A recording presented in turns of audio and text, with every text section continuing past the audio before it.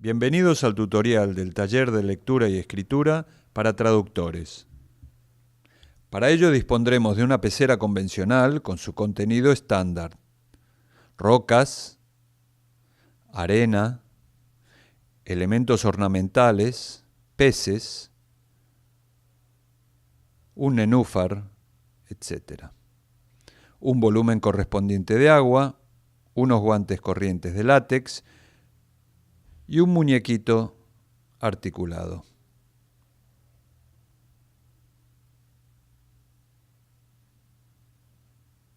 Entendemos que un texto consta como mínimo de 4 dimensiones: las 3 espaciales, largo o extensión, ancho o complejidad, alto o profundidad, más el tiempo, que es una dimensión virtual o potencial, pues no se activa hasta tanto alguien inicia su lectura o su traducción, que no es sino una forma especial de lectura. El correlato natural de este artificio creado por el hombre y contenido en un recipiente que suele tener forma de libro es un estanque. De ahí los nenúfares. Sin embargo, y a efectos prácticos de este tutorial, utilizaremos una pecera opaca por todos sus lados, excepto por la arista frontal, como si al estanque le practicáramos un corte vertical para observar más claramente lo que ocurre en su interior. Una vez escrito el texto, lo daremos a traducir a nuestra traductora modelo. Como podéis ver, está perfectamente preparada para sumergirse en la lectura o conocimiento especial del texto. Está más que trillado decir que la traducción es una forma especial de la lectura, sin la cual la transformación del texto acabaría siendo otra cosa. Sin embargo, el lugar común suele acabar aquí, porque ¿en qué radica la particularidad de esa lectura? Ilustraremos seguidamente algunos de los enfoques que pretenden definir esa particularidad. El enfoque más extendido y seguramente el que casi todos los traductores declararían sin pensarlo que aplican por costumbre es el que llamaremos de angustia interpretativa o de vértigo hermenéutico. Es la manera estándar en que se nos enseña a leer a lo largo de nuestra vida académica, desde parvulitos hasta posgraduados, y consiste básicamente en entender la lectura como un trayecto directo de búsqueda y captura del fondo del texto. Se sustenta en la pregunta: ¿qué quiere decir esto? La angustia interpretativa necesita creer en un querer decir del texto, en una voluntad de expresión oculta o arcana que solo pueden descubrir a fondo los hermenautas especializados, críticos, profesores, traductores, etc. Interpretar lo que quiso decir el autor es la meta de este enfoque, que es muy útil a la hora de elaborar informes breves, reseñas o resúmenes. Entendemos, sin embargo, que el vértigo hermenéutico es desaconsejable tanto para la lectura placentera como para el ejercicio de la traducción, porque al precipitarse sin remedio al fondo, el ansioso hermenauta incurre en varios errores que a menudo ya no son subsanables. A. Hace caso omiso de la superficie del texto y los niveles intermedios de profundidad y solo tiene ojos para el fondo. B. Su acción precipitada ejerce una innecesaria violencia contra esa superficie, los niveles intermedios y el propio fondo, agitando el medio líquido y alterando el ecosistema de partículas y criaturas que lo pueblan y componen. C. Para llegar lo más rápidamente al fondo, debe soltar aire, de manera que podrá permanecer poco tiempo abajo y necesitará emerger rápidamente también. D.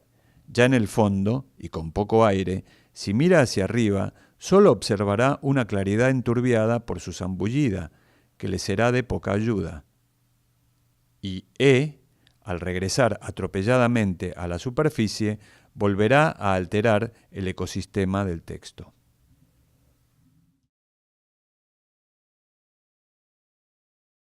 Otro de los enfoques habituales es el de la lectura correctora o del redecorador miope.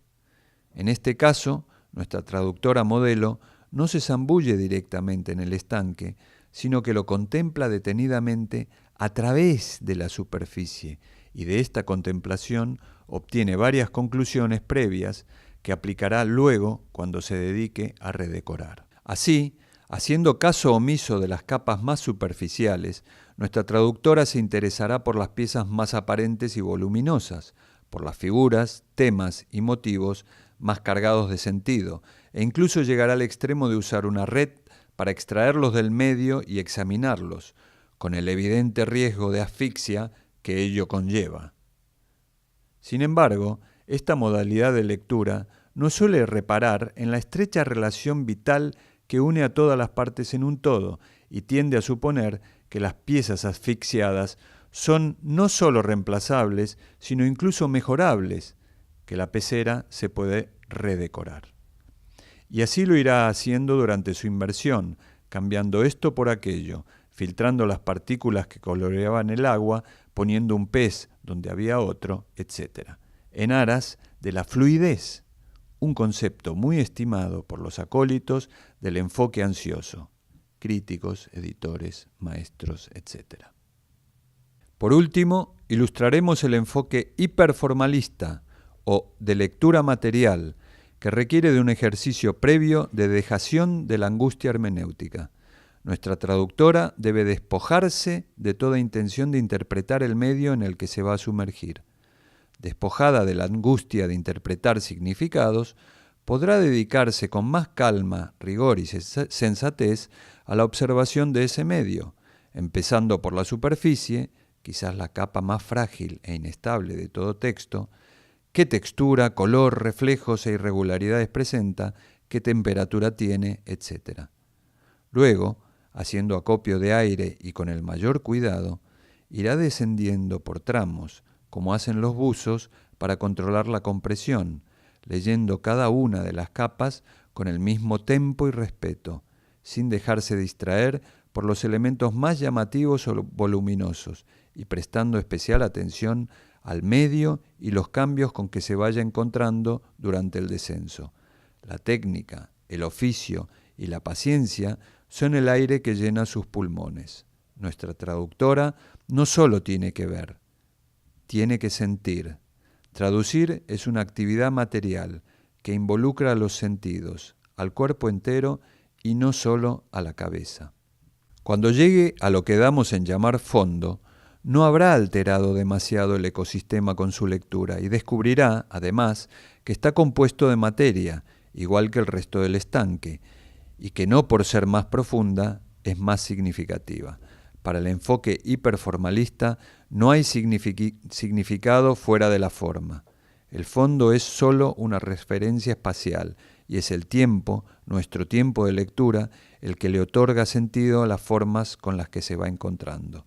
Identificar la anécdota no ayuda a traducir, al contrario, fija la atención en lo aparentemente oculto, enturbia y descompone el medio y distrae de los verdaderos arcanos del texto, que todo autor sabe que son formales. ¿Y qué es nuestra traductora sino la autora de su propia traducción?